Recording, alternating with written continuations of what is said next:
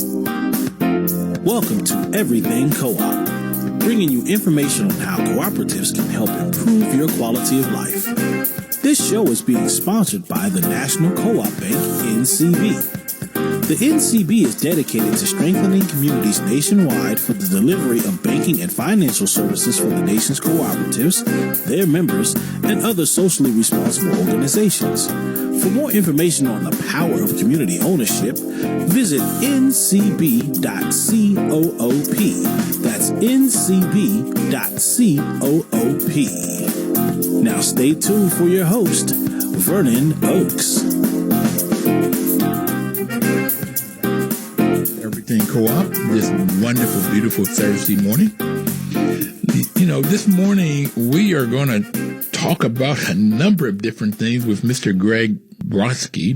Greg is the Director of Startup Co-op. Good morning, Greg. Pleasure to be here, Vernon. Good. Thank you for coming on. Thank you. First, let's start off by telling me, I know you, well, let me ask you this. How did you know about co-ops?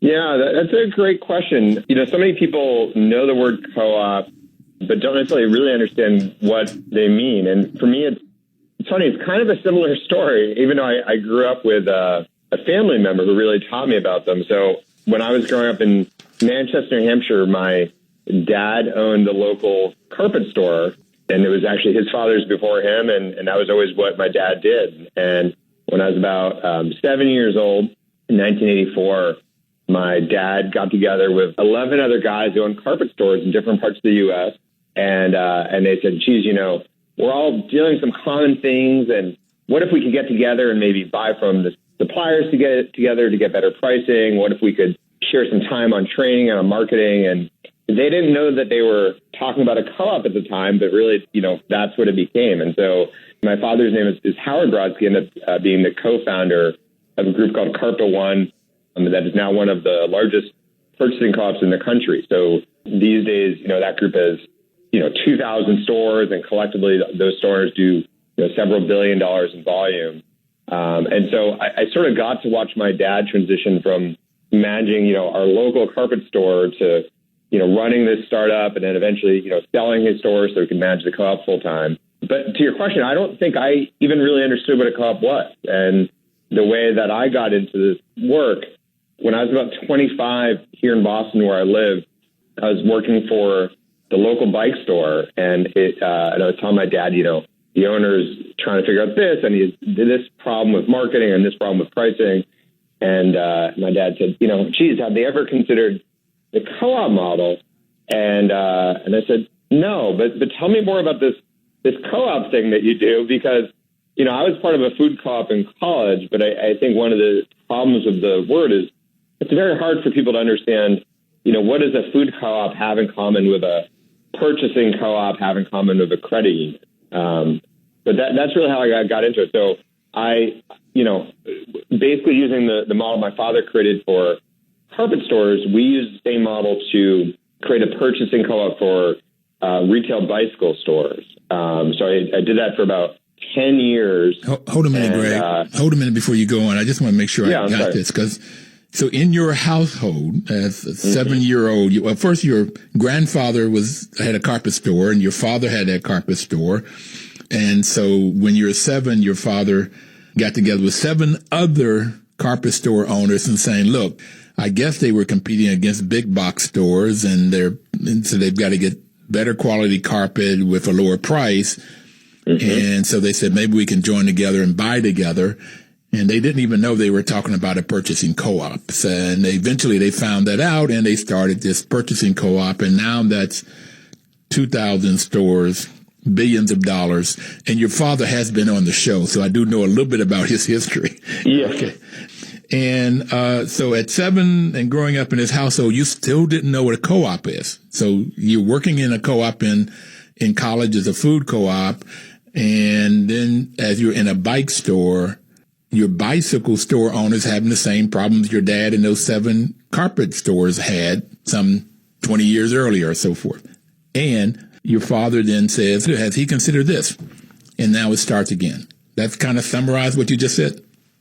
Yeah, that's right. You know, and I think what's intriguing about the co-op model is it's a way for people to come together and solve common problems. And so I think that's the amazing applicability of the model across different industries, and the fact that, these carpet store owners had similar problems to bike store owners, and, it can be used in so many different sectors, but you got it. And I think, I'd heard what it was, in college. I loved it, but, we're all kind of have different understandings of what the model can bring, and it looks different across different industries sometimes. So it's a great place for me to talk about my 4 types of co-ops, major types, and it depends on who owns and controls the business. If it's owned and controlled by the employees, it's called a worker co-op.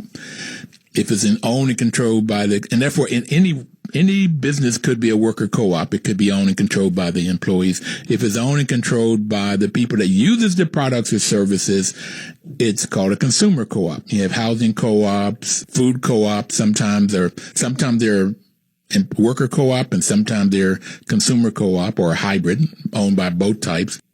So you get those 2 major types. And then there's the 2 that farmers were using for ages. And one is called a purchasing co-op, where different farmers would get together and they would buy their seed or their fertilizer or whatever they needed. They may even buy equipment like a big tractor and then share that tractor.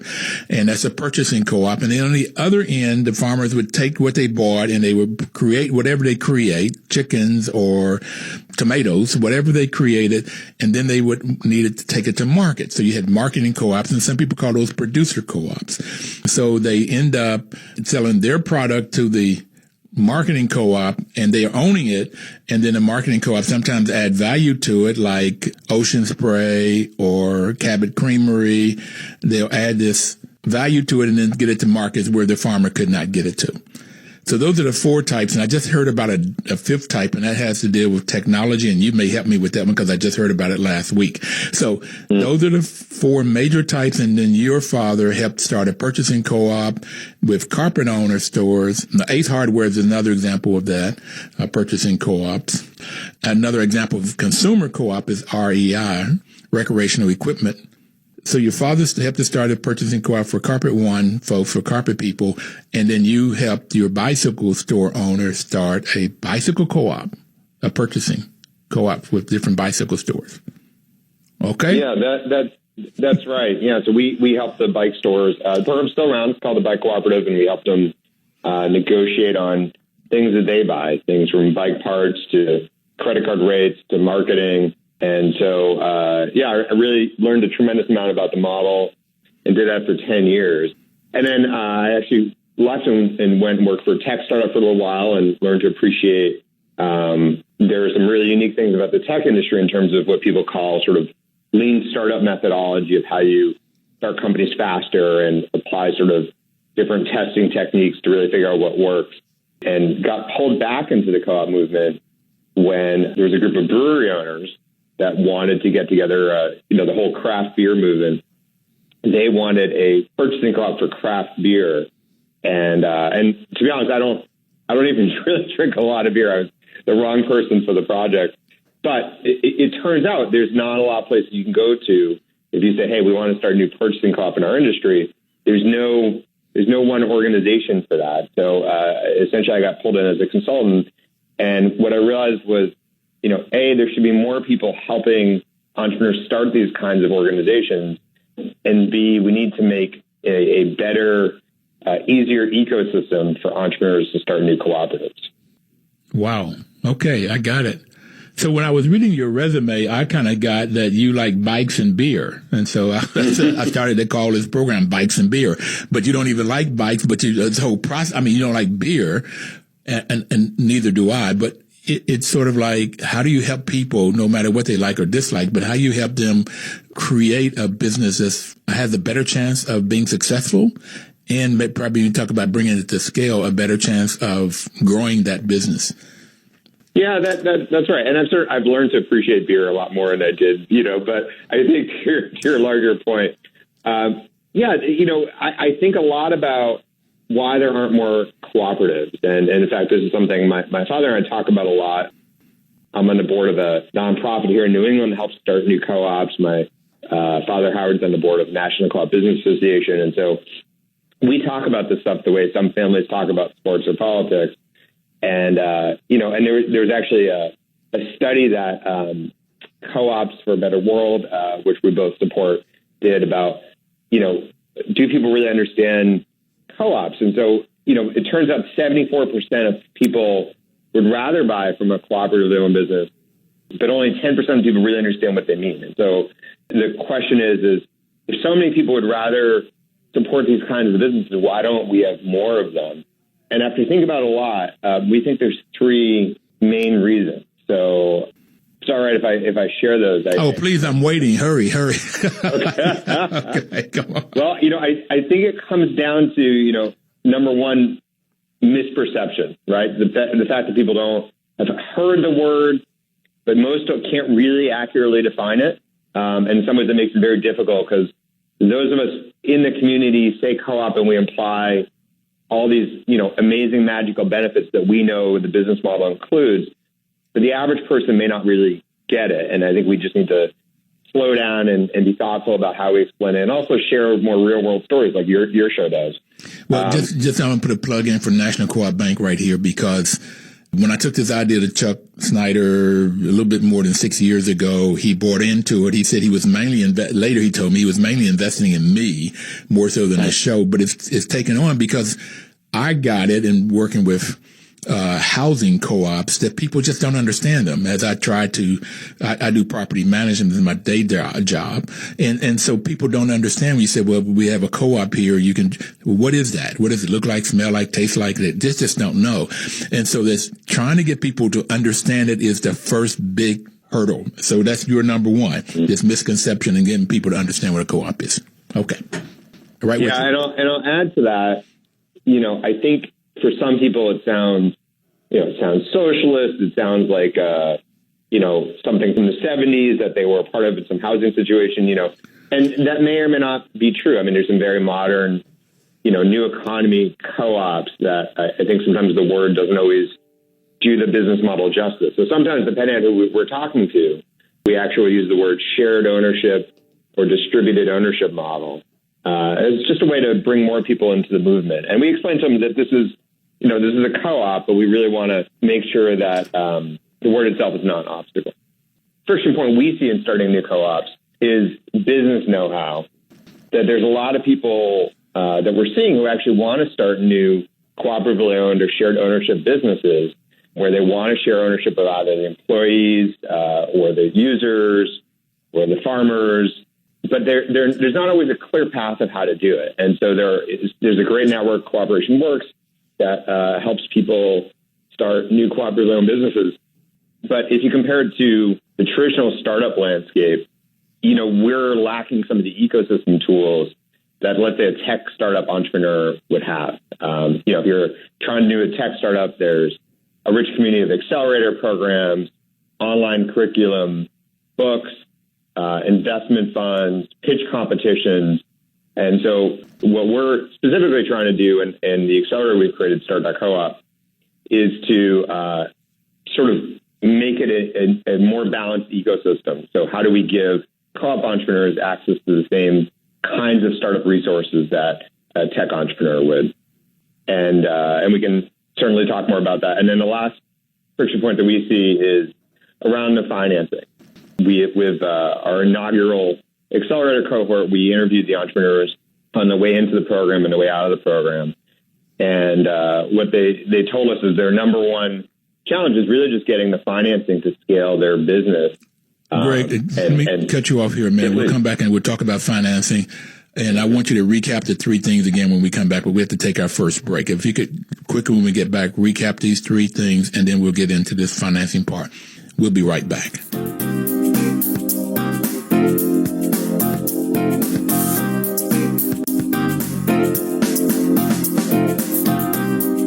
Washington, D.C.'s News Talk, 1450 AM WO and 95.9 FM. Information is power, and this is what Mr. Greg has given us this morning. He's given us information. So, Greg, could you quickly summarize those three things that you found when talking about co-ops and then get into the financing? Yeah, you got it, Vernon. I get so excited about this stuff. Sometimes it's hard to slow down. But the three areas that I believe hold back entrepreneurs from starting more cooperatively owned businesses are number one, misperception of what the word means and what the business model really looks like. Number two is just real world business know-how. How do you actually start the business? How do you give people a clear path? How do you provide them with resources to execute on that business model? And number three, the financing. How do we help early stage entrepreneurs get the cash to take their business to the next level of validation? Okay. Now I want to go back. You mentioned Socialist. And I just want to go back and touch on that very quickly because I've had arguments and debates more whether what is a socialist organization or this whole thing, socialist Democrat that is talked about now in the politics. The socialism is a system of production where workers collectively own the business, the tools of production, the finished product, and share the profits. And to me, that's what a co-op is. The owners own everything. They collectively own it. They own the business. They own what the tools that they need to produce the business, the finished products. And if there's a profit, they share in that profit, which is different from a business that's owned like other capitalist model where the shareholders own the business, they hire labor, they pay labor and wage, and there's this constant friction between labor and capitalist owners because the capitalists are trying to get the labor for as little as possible so they can make as much profit as possible. I don't think there's anything wrong with the model except that it doesn't help the laborers. And there's this constant friction. So in the socialist organization, with socialism, by definition, co-ops are a socialist organization in a capitalistic sort of environment. But I think where people get messed up with this word socialism is because the socialists, and from the political structure that has happened in the past, us in the capitalistic democratic model don't want that socialist model because it ends up with people ruling people, similar to, I don't know, the feudalism system or slavery system or all of these other kinds of systems. So the socialist systems that have existed in the political world have been, I'm totally against that. But in a production ownership world, by definition, a co-op is a socialist organization. It's socialism. And I don't think we should have any problem with it. And I can understand us not using it because of the negative connotation of the word. So I'm all for not using that word and calling it a socialist organization, but by definition, we really are. Just want to get that out. Okay. Yeah. Well, I think it's this question of how we bring people into the movement, and certainly, calling anything socialism, I think, is a very loaded term in the current political climate. Yep. But, I would say that the other confusing part, I think to me, when I bring this up to, if we're trying to grow the movement, when I bring this up to people who don't already get what a cooperatively owned business is first of all, I think it implies sort of a public nature to the ownership that most co-ops are not. I mean, most co-ops are, a group of private people getting together. It's a better ownership model. And I think we can debate whether it's socialist or capitalist, but, it's private. It's private ownership. And I think the other piece of it that is important for people to understand is it doesn't mean that everyone's splitting the profit equally. And I think that's where a lot of people get hung up on and say, well, how is that going to work? If I put more hours in or work harder, shouldn't I get back a larger piece of the pie? And in reality, that's almost every cooperative at scale operates. And so that's why I personally don't use the word, but I completely understand where you're coming from on it. Yeah, I just go to the definition of it. And I'm liking you bringing out this doesn't share the profit equally. But it's the same thing in a food co-op. You get your dividends or your patronage based on how much you shop in the store or how much you work in the store. So it's based on something, not just ownership. Everybody has one share, equal membership, one member, one share for voting purposes. But when you start looking at how you share the profit, it's based on some form of an input. How many hours you work, how much you shop, how much you buy, blah, blah, blah, blah. Okay. So, yeah, I like that. I hadn't thought about it like that before. I like you bring that out. Yeah, I think that's where people get stopped, and I hear what you're saying, maybe it belongs a little bit in both camps, but, I think there's a lot of people who, feel very strongly that we need to support models where the more you put in, the more you get back. And I think, so if we're trying to grow the movement, I think that part of it needs to be part of the narrative. So it's interesting to me that you and your father sit around and talk co-op. Okay. We do. Okay. I tell people, I've said this on the air before too, that I love talking co-op. I love talking about the benefits of, and also how there are problems. And last week or week before last, I had there was a food co-op that failed in North Carolina, Greensboro. And I had the people on that helped to start that. And it took 8 years to get it up and going, and talking about the problems that they face. So talking co-op, whether it's successful, and most are very successful, but then those that fail, why did they fail? And in the 6 years, this is the only one that I've had on that, and talking about that. But I tell most men like talking about two things, and that's sports and sex.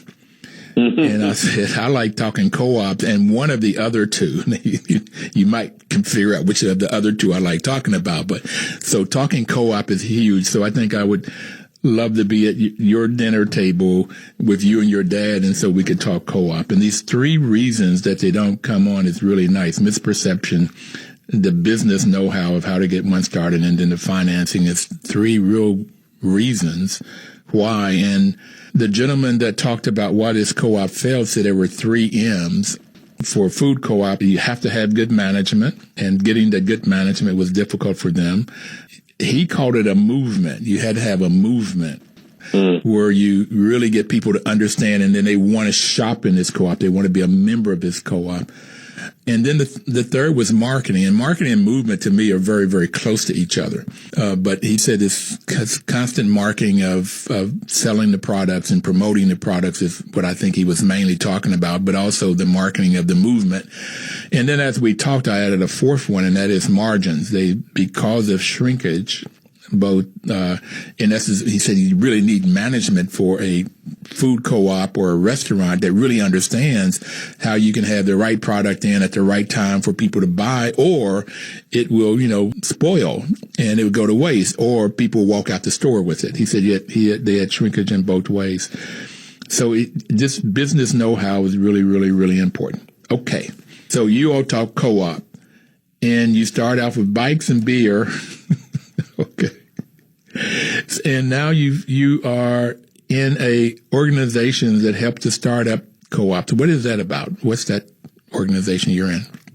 Yeah, so we've been talking about this a lot, and we would love to have you over for dinner. I think it'd be a lot of fun. We can talk about we occasionally talk about the Patriots, so you'd have to deal with that. But I don't talk sports. I'm not a fan, so that went without.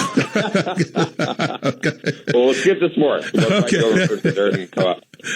So, I think really it was, might have been my father's idea. Neither of us can remember now who came up with it first, but we said, what if there was an accelerator to help start new co-ops? And really that was the start of the conversation. And so we just started talking to other people about, this question of, why aren't there more co-ops? We identified the 3 reasons we mentioned. And actually, I'll share that one of the key people we talked to came out of this platform co-op space you were mentioning earlier, of sort of a tech-enabled co-op. There's a gentleman named Nathan Schneider who has written extensively on what people call platform co-op, which is essentially a user-owned tech co-op. So I think it's most analogous to, a consumer co-op. It just happens to be online. So if you think of a tech startup or tech platform that's owned by its users, it's really what we're talking about. There can also be a role for ownership of the employees in some of these models. Anyway, so there's a lot of momentum and movement around these platform co-ops. And Nathan and I were talking at the NCBA Impact Conference about 2 years ago now about, how all these entrepreneurs have ideas, but they need just the business know-how of how to get the business going. I said, would you be interested in this idea of an accelerator? And so we put together a planning team with Nathan, myself, my father, and several other really smart people in the space. Felipe Whittaker, who I think has been on your show and runs a purchasing co-op for schools, churches, and synagogues in D.C. And we said, let's just start trying to create the program. And so we've been trying to be a lean startup ourselves, which really means not studying it for years and years and years, coming up with sort of the minimum viable version of what this could look like and trying to test it. And so we launched about a year ago now. We opened it for applications summer of 2018.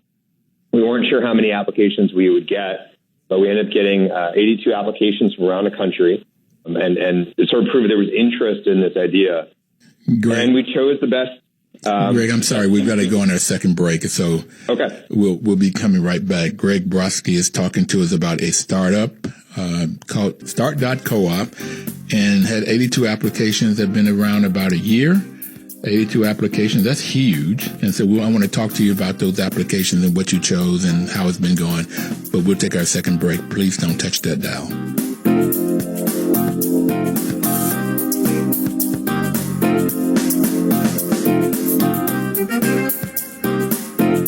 Washington, D.C.'s News Talk, 1450 AM WO and 95.9 FM. Welcome back, everybody. This is Vernon Oakes. The program is Everything Cooperative, and we have Greg Brodsky on the line with us this morning. He's helped us start a new company, and it's called Start.coop, and they help co-ops to get started. So we talked about 3 reasons that co-ops don't get started. One is misperception. The other is not having the business knowledge. And then there's the financing. Greg, I remember this during the break, is that I had it that one of the other reasons that there weren't more co-ops is the 1%ers don't want people to know about them. And they go out of their way to make sure that people don't know it, because if more and more people knew about co-ops and created more and more co-ops, then that would chisel away the amount of profit that they get, because they get, 57 cents on every new dollar produced.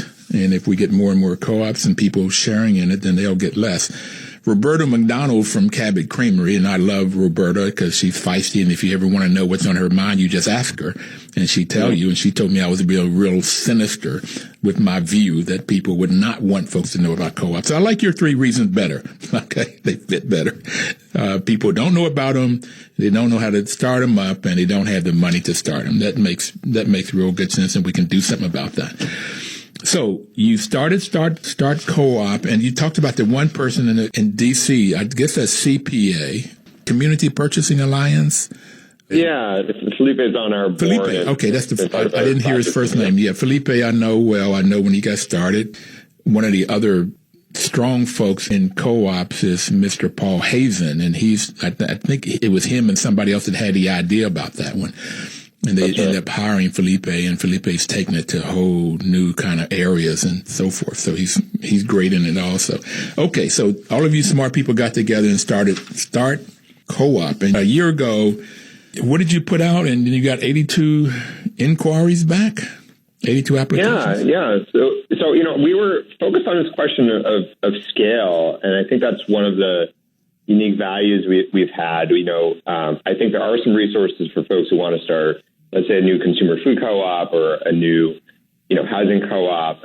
I think through the Cooperation Works Network, there's some existing excellent technical assistance. But if someone, wants to start, let's say, the next REI or the next Cabot Cheese or the next CCA Global, how does one go about that? We think there's sort of a different level of business planning, a different level of financing, technology operations that one needs. And so we frame the application that way is, if you have an ambitious vision for the co-op you'd like to start, or if you're at the early stage of that, we want to support you. And that's really what our conversations were about. And so we set up 6 main selection criteria. First one being social impact, inclusive race, ethnicity, gender, and socioeconomic background. We do strongly prioritize people of color or co-ops that share wealth with people of color. And we actually want to really up our commitment to that for this next cohort. The other criteria were primarily around financial viability, scalability. Does the entrepreneur have the industry expertise? Can they execute? And finally, this mythical entrepreneurial spirit, which is not something we always talk about in the co-op world, but we think is important to have a founder that, really can pull off these kinds of models. So yeah, we were thrilled about the response we saw, and I'm happy to talk about, the teams or what the program actually looked like. So How many different variables did you say there were? 6 main criteria. 6. I got social impact, I got financial, and then I got entrepreneur spirit. Yeah, so I think the additional ones were scalability, industry expertise, and ability to execute. Okay. And these are also all on our website at Start.coop. Okay, so you talk mostly about social impact in a different kind of area there. I was really pleased with the Federation of Worker Co-ops. I don't remember who that was. It wasn't Esteban, but somebody there said that it was either 40 or 60% of new worker co-ops were people of color. And that was very interesting. Again, I believe folks that have been at the lower bottom of the scale financially, one way of pulling stuff up, both socially and economically, is through this model. Matter of fact, it's the only model I know. I never believed that we would get to 40 acres and a mule. I don't know if you know that story, but that was what was offered after slavery, after the Civil War. And it wasn't handed out that much. So I don't believe people will give you anything. So I think we have to figure out how to make money, how to make our own products. And this is what this model allows to happen. So I like your social impact. What do you mean by scalability? I hear that a lot. What do you mean by it? Mm-hmm. Yeah, that's the hardest one to define. And what I would say is if someone said to us, look, we want to create a worker-owned coffee shop, we would say that's amazing. Here's some resources. We might try to plug them into someone in the Cooperation Works Network who can help them. But they wouldn't necessarily be our top applicant just for purposes of our program, which is a really interesting choice. We're trying to help those who say, maybe I want to create a worker-owned coffee shop and I want it to then spread it to 7 other states, as an example. Or we're starting a platform co-op and we want it to scale nationally. Or we're starting a patient-owned health data co-op, which is one of our teams, and we want to have thousands of patients in it. So scale can look a little different depending on the sector, but really we're looking for folks that want to scale regionally or nationally with the grandest version of their vision, even if obviously they're not there yet. So I think of scalability, particularly from what you just talked about, is how large can it get, how wide an area can it have, but it has to do with growth and size. One coffee store in a corner somewhere downtown D.C. may be having 8 to 10 employees serving 500 customers a day. I just made those numbers up. You wouldn't be necessarily interested in, except that if they wanted to have 100 stores in the DMV and then they want to go out to Virginia, Maryland, New York, blah, blah, blah, with, 1,000, 2,000 stores and all of these employees and all of these customers. Then that would be interesting. So I think of size when I think of scalability. Yeah, I think you're right. And it's one of the most interesting choices that we made. And again, we're really trying to test all these theories and really see what works, because a lot of people, said to us, hey, you can't do that, for reasons at the top. There's these 4 models. You got consumer co-ops and worker co-ops and farmer co-ops, and you need to kind of keep them separate. And most of the time they are. And so what was interesting about our cohort, and I think I should probably explain more about the teams, but we heard from the entrepreneurs that focusing on scale, not sector. Hello? So having a little bit of technical problem here. So what he was talking about was they have 1, 2, 3, 4, 5 different platforms. One is called the Staffing Co-op, and I hope he'll reach back out to us. The other one is a driver's seat data co-op. Vernon, can you hear me? Yes, I can. So I'm so sorry. I'm not sure what happened there. Okay, no, I was just describing these 5 different cohorts: the Staffing Co-op, the driver's seat data co-op, the Savvy Co-op, the Expert Collective, and Aramendi, Roots and Return. So those are your 5 cohorts, and you end up getting 82 applications. So how do they fit into these cohorts, and what are these cohorts about? Yeah, let's talk about the 5 graduating teams. They're all really different. So driver's seat is one where they're looking to bring together Uber and Lyft drivers from around the country and to give them a platform to earn more money. So these gig drivers are driving around. I think we've all heard stories about how these guys are working 12, 14-hour days and still can't pay their bills, aren't getting health care. So their app that they're currently testing in the city of San Francisco helps drivers aggregate data so they can make better driving decisions, and then also take the total data from all these drivers, and they can, there's a desire by local governments to actually get trend reports of what the driving habits look like. So the driver's team believes that they can sell that data to municipalities, share the profits with the drivers, and actually help them make more money. And they're really interesting because it's a tech platform. It's about the gig economy.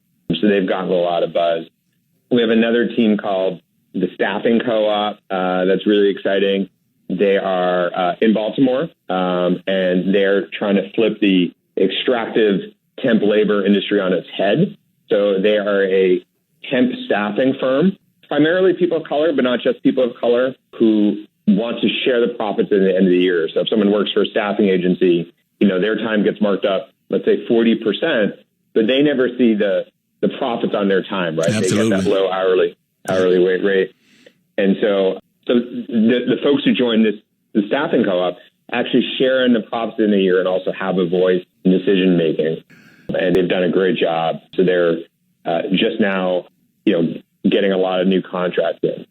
We have Savvy Co-op, which is probably our highest profile team in the program. They've been profiled in Entrepreneur Magazine, and they were actually named one of the 50 most daring entrepreneurs of 2018 on the same list of Elon Musk. So they're another example of a tech-enabled co-op. And what Savvy is a data platform for patients to own healthcare data and to make more money from it. So if you've ever seen an ad in the subway or in a bus terminal for, do you have this condition, participate in this study and earn $250. Well, it turns out a lot of those ads are run by third-party marketing companies, and that the patients are not, certainly not getting all the money that, obviously the pharma company is making or the marketing company is making on their work. And so Savvy's mission is to bring more money and more voice and control to the way those studies are run, and also to make sure that the studies are run in a way that actually brings patient voice more into the outcomes that pharma and healthcare is doing on a daily basis. Wow. Yeah. That's exciting. That's very exciting. They're all really exciting in their own way. And in 5 totally different industries.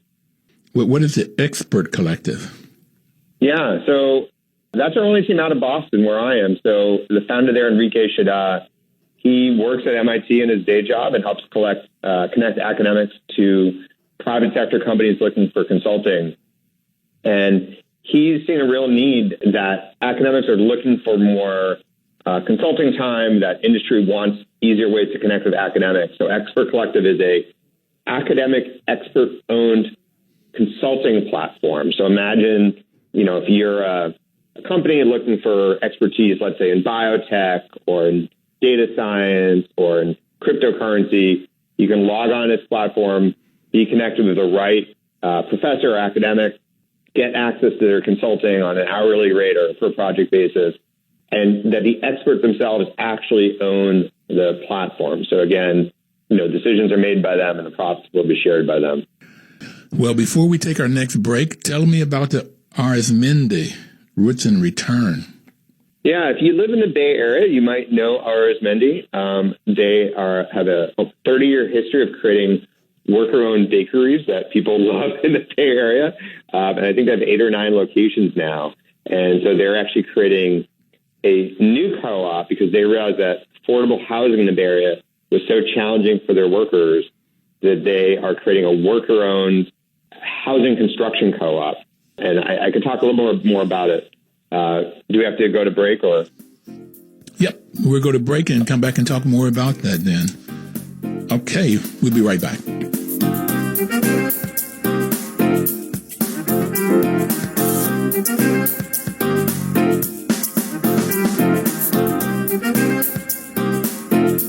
Washington, D.C.'s News Talk, 1450 AM WOL and 95.9 FM.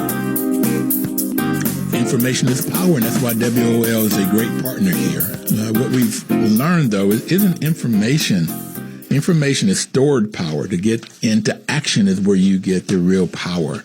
So we hope you'll take the information that Greg has given you today and that you would get into action. So we're going to talk about the action that 82 applicants put forth in their first round. Tell us about that, Greg. You had 82 different people apply for help, for assistance. Yeah, it was really exciting to see people's dreams and business plans of how they'd like to bring more co-op entrepreneurship into the world. And there's so many amazing visions. I think these 5 teams, represent just a handful of what's out there. And if anything, I think we wish we could support more people. There were teams, we really wanted to start small because we were a pilot program ourselves. We're trying to get the model right, bring in more mentors, more funders. But, there were teams that we weren't able to support that are incredibly exciting in industries like music and housing and the arts.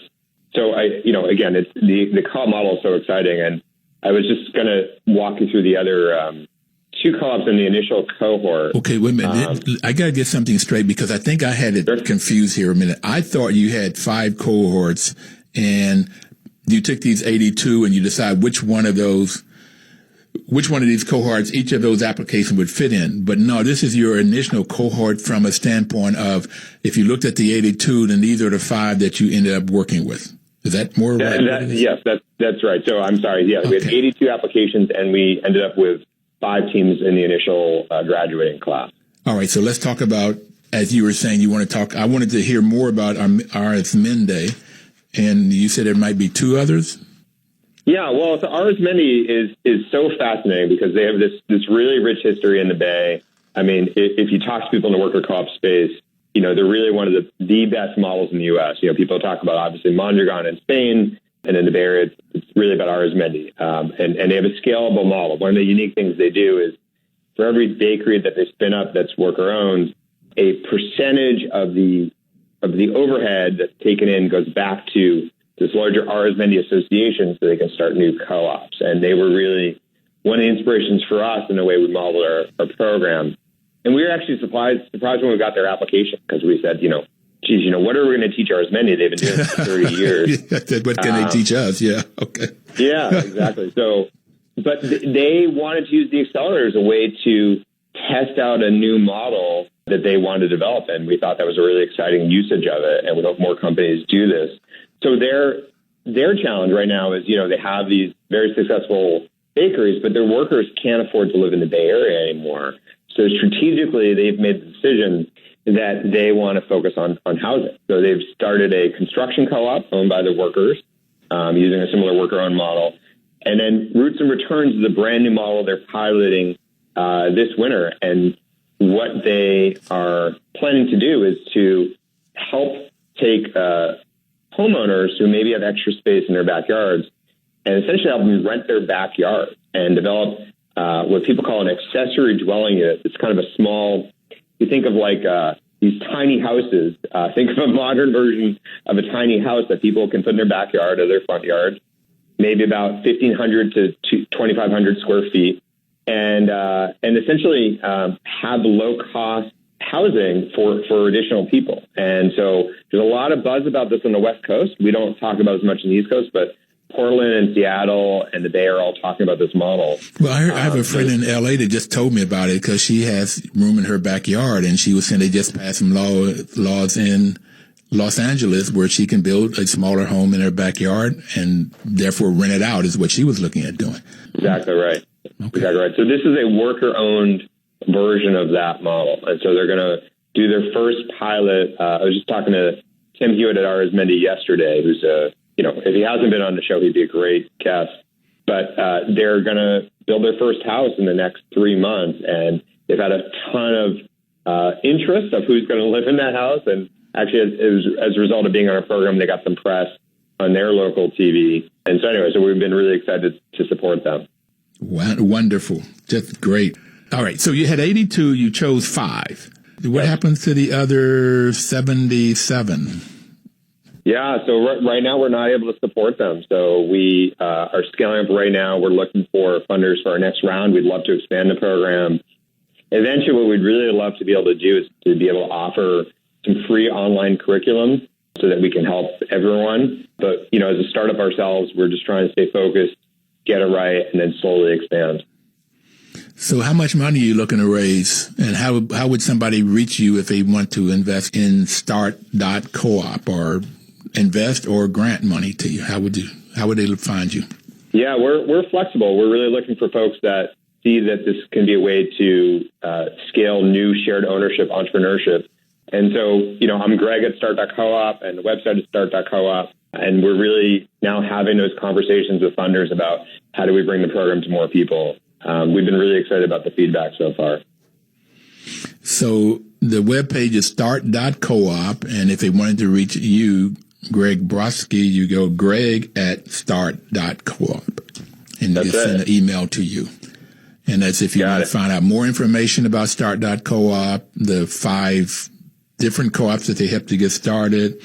If you want to look at giving money, like donate money to it, that would be great, or invest money and look at the different ways that they could invest. That sort of like what you're looking for, what can be helpful? That'd be incredible. That's right. Yeah, we'd be happy to talk more about our model and why we're getting some press, not just from you, but we got an article in Forbes and the Boston Globe, and I think people see that we're taking a slightly different approach to co-op development, so we've gotten a lot of buzz. Well, being on Everything Co-op is more important than Forbes and Wall Street Journal and New York Times. I mean, this is, I got it. Vern, I couldn't agree more. This is the one I was waiting for. Okay, all right. Yeah, we're going to get there. It's like I said, it's been 6 years. One person asked me, we have an advisory committee, and the person on the advisory committee said, Vernon, what do you have hope for this program? And I said, what do you mean? She said, well, would you want to go like every other week as opposed to every week? I said, oh, hell no. I want to go every day. There's enough information out here, particularly if you talk about, I have about 82 applications and I can only work with 5. 77 folks you could not work with. 14 or so times what you were able to work with. Those 5 they sound great. They sound phenomenal and all around the U.S.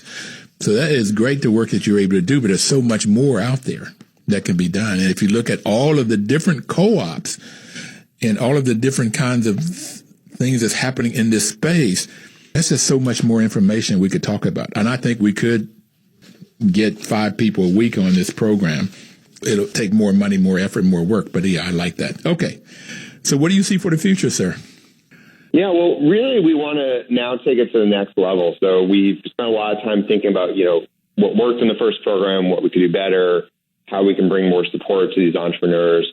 And we want to tap into the press we've been able to generate and raise the bar even more. So in the next class, we want to see if we can get 200 or 300 applications and actually use a bigger round of investment to try to motivate entrepreneurs. So we know that some people understand the co-op model, some people don't, but we want to see if we can raise, at least $100,000, maybe $200,000, so that we can bring in new entrepreneurs, new people of color, more women entrepreneurs into the program, and just grow the community. And there might be amazing entrepreneurs out there who care about wealth inequality and just didn't even know this was a potential model. We want to see if we can pull them in and get them to apply for this next round. So, Greg, I will send you an email to see at Greg at Start.coop to talk to you about my investing in what you're doing. What kind of investments those might look like, and what's the possibility of what kind of returns, and how much good can we do, and how much money can I make? It's wonderful. We love it, Vern. Thank you so much for your support. And if you're talking about $100,000 to $200,000, that's just not a lot of money. So it's like, can you do all of this good that you're talking about? Get 200 to 300 applications, maybe have 20 different people in your second cohorts. If you doubled it, it would be 10. So I just took it to more than that. If you had 20 different companies that you could work with, I mean, could you handle that? Could you stand it? Could it work? It's phenomenal. I like what you're doing, sir. I like a lot what you're doing. Last message. So anything you want to tell the world out here? No, we're just excited. I mean, I think for all the reasons that you have amazing guests in the show, the cooperative model is a way to share wealth, share power, and really our goal is just to make it easier for entrepreneurs to use those models. So I just want to thank you for the opportunity to talk about it. So you want people to understand how you can share wealth. For me, it's how you build wealth, how you can get more and more people when you got 1%ers have more wealth than the bottom 50%. So, and it's a worldwide problem. It's just not a U.S. problem. So that's why I like what you're doing. And I like co-op. So, buddy, I'd just tell you, I would hope that everybody would look you up at start.coop and email you at greg@start.coop to the point where you get so much that you cannot even answer them all without getting some more help. Love it, Greg. Thanks a lot, man. Thanks so much, Ernest. Everybody out there, please have a wonderful, wonderful week. And this week, please work and live cooperatively. Thank you.